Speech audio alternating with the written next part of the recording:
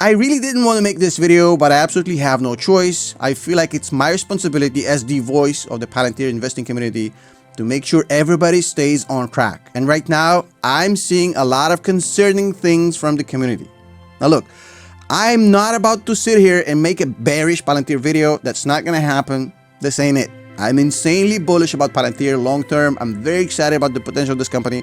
This is not going to be me being bearish about Palantir. If you're hoping for that, forget about it. That's not going to happen. However, I am going to be covering a lot of important things that nobody in the community really wants to talk about. Unpleasant things. Things like risk management. Things like euphoria. Things that hurt your click-through rate on YouTube. Things that don't generate any money for the YouTube creators but are insanely important for the investors. And that is my ultimate responsibility. I'm not here to generate clicks and views. I'm here to serve the community. Now look, over the past 11 months, Palantir has gone up by 300%. But if you think, sitting here right now, that it's going to double again in the next month, by the end of the year, you are delusional. It's not going to happen. You're not going to get rich quick off of Palantir stock. It's not going to happen. Now, what I'm seeing right now is absolutely insane. I'm literally seeing the same creators who have been riding the clout train when Palantir was down, when it was fashionable to take shots at Palantir, who have called me out literally multiple times, made some money off of it, by the way, calling me out for being bullish on Palantir. Now completely flip-flopping like a winner schnitzel, talking about how Palantir is the #1 stock. The same people. Now the reason that they're doing that is the same reason now you're being bombarded by euphoric bullish Palantir content all over social media, because these creators have figured out that is easy money. They can get a lot of clicks, a lot of views, a lot of advertising money off of you clicking on Palantir hype videos. They don't care about your financial future. They don't care if you get screwed. They only want to make the money from these ads. That's how this world works. Now, I'm here to set the record straight. I don't care about clicks and views and none of this stuff. So don't click nothing, don't smash nothing, don't buy nothing. Just listen to me carefully here. Now, Peter Lynch is famous for saying, it is never too late to buy a good stock. That, in my mind, is probably one of his best quotes of all time, right? However, it doesn't mean you have to become euphoric. It doesn't mean you have to try and time the market, chase the stock, create panic, buy before it runs up too fast, and all this crap that I'm seeing right now. Palantir is up 300% this year. Relax. And if you think that Palantir is the next Microsoft, well, I share your sentiment. But here's the thing. While using this Microsoft comparison to say, well, Palantir is in the same trajectory, Microsoft, since going public back in 1986, has doubled 9 times, and every time it doubled, people kept saying it's overvalued and all that stuff. That is all true, 100%. Microsoft doubled 9 times since 1986. It has proven all the naysayers wrong. All the people who have said it's overvalued have been proven wrong. But here's the thing. Number one, it happened over time. Since 1986 until 2024, it's been a long time. And number two, Palantir, being the next Microsoft, is not going to be immune from price drops and from crashes. And neither was Microsoft. In fact, Microsoft crashed 60% in the dot-com bubble. 60%. Back in 2008, when the market tanked, it dropped 45%. And in the latest pandemic crash, it dropped 30%. So if you think that Palantir is just going to go through the stratosphere in a straight line upwards, even Microsoft, the holy grail, the one that we're talking about as the comparable for Palantir, even that had a 60% crash, a 45% crash, and a 30% crash in its existence. Even though all of this is true, you have to understand, those who stayed became champions. Those who stayed the course made the big money. Those who jumped in and out, they're the ones who got screwed. Now, how does it have to do with the fact that right now we're seeing all of this hype, all of this euphoria? Look, right now, there's a lot of manipulation in the market. A lot of media outlets, a lot of social media influencers are essentially pushing Palantir down your throat, telling you how the current valuation is justified and how everything right now is peachy, it's a chef's kiss, best stock ever, buy now.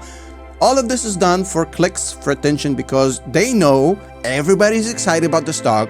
They don't care about what happens to your financial future. They just want you to click and watch their stuff. Now, here's the thing. Palantir in the short term is a lot like a kid on a sugar rush. If you give a kid who's under 10 years old a chocolate bar, you know exactly what's going to happen. Chaos, unpredictable, unbridled insanity. There's no way to know what's going to happen. Which chairs are going to be flying, which television sets are going to be broken, what's going to happen in the next few hours. It's complete pandemonium, insanity, unpredictable chaos. It is impossible to predict what a sugar rush kid is going to do in the next 45 minutes. It is impossible to predict. Why would you try? Palantir happened to run 300% of the past year. Great. Was there a financial model there who could have predicted that? No, it is absolute insanity. So this is the right way to do it. Please listen to me carefully here. If you are a Palantir bull, please listen to me because I'm about to explain the responsible way to invest in Palantir in this boiling hot market. Think about two investors, a cautious investor and a daring investor, right? The cautious investor and the daring investor start buying Palantir in 2020 on the DPO, the direct public offering, right? And they buy $100 every week, no matter what. $100 no matter what. Now, the cautious investor, every time the stock drops 20%, stops buying. In fact, he actually sells his entire position and he doesn't start buying again $100 per week until the stock rises again. Now, the daring investor is going to do the opposite. He says, look, I'm going to buy $100 every week, but if the stock drops 20%, I'm going to be buying $200 every week until the stock climbs back up again. And every time it's going to drop, I'm going to double my buying per week. The one who sells out because of fear, the cautious guy, since 2020 until now, in 4 years plus, his return is 40%. Not bad at all. Not bad, right? The problem is that the daring investor has actually made 218% in that exact time. 220% versus 40%. All by doubling down when the stock is bad. Now, why am I telling you this? Because the stock is up right now, so it's not relevant, right? Well, there's a lesson to be learned here.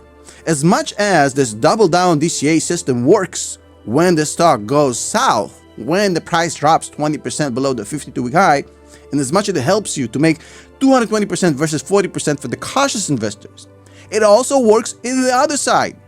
If you look at Palantir stock right now, and you're looking at this massive euphoria, and you're saying, well, look, I'm long-term bullish about the stock, but the stock is absolutely going insane. What the hell is going on? The way to control this is not to stop buying Palantir. The way to control this is not to sell your Palantir shares. It's none of these things. Forget about it. The way to control this is to understand that you absolutely do not know how long this euphoric cycle can continue. You do not know. You have no idea how long can this go for. None. Might go on for another year, might end tomorrow. You don't know. Those who tell you stories about little charts on the graphs and this garbage. Fucking bullshit. So if you don't know, this is what you do. If the stock is running up too hot, you can slow down. If you're buying $100 every week, and now the stock is up 20% above the last point 30 days ago, then you slow down instead of $150. And as long as your stock is up 20% or more over the past 30 days, you buy at half speed. And essentially, you continue to buy at half speed every time you go in and you say 30 days, 20%, you're at half speed. The moment it drops to 19% and less for the past 30 days, you can speed up again to your normal dollar cost average. As much as you speed up when the stock drops, you can slow down when the stock rises. When the insanity starts, you can slow down. As long as you dollar cost average at all times, you speed up when it drops and you slow down when it pops, you'll be fine. That's the whole story. I know people have made 700% on the stock since DPO. Yes, if you lump sum into the stock at $10, you're up 700%. But how many people have done this? How many actual people have done this? Maybe there are a few out there. I'm sure there are. But the vast majority, it's not going to work for. It's very, very hard to time the exact pinpoint moment when the stock is at the bottom and when it's at the top. Because some may sell right now. They may, 70 is too high, I may sell. Maybe it drops, but what if it doesn't? What if you sell at 70 and it goes to 90? Obviously, if it drops, you're the king, right? But if it goes to 90, what do you do then? You buy back at 90, you sell at 70. No, you're going to wait. Then it goes to 120. Then you're locked out of the market. You're clueless. You're flying blind. Why? Why even engage in this asinine activity? Just DCA at all times. If the stock is up 20% or more of the past 30 days, slow down to half speed. You shouldn't be calling peaks and bottoms. Now, the takeaway is not that I'm being bearish about the stock. Not at all. I'm not. I'm just very cautious about the hype. It's a huge difference. I just am okay with admitting that I don't know where the top and the bottom is. The market loves to overreact. Social media influencers love to make money off of these overreactions. You have to separate the business from the noise, folks. Focus on yourself, on your financial situation. Understand that this is all noise, short-term noise. It's a kid on a sugar rush. Long-term, Palantir is incredible. Incredible. Slow DCA over the next 5, 6, 7, 10 years. Only way. You're running a marathon, folks. There's no need to rush. There's no need to panic. Keep on running at the same pace. And as always, I'd love for you guys to join my academy. Obviously, that's not for everyone. There's a lot of options out there to educate yourself. I get it. If you're interested, if you find me somebody you want to learn from, join the academy. Check it out. I'd love to have you there. Patreon.com/Tom Nash. Thank you so much. I'll see you in the next one, and be careful.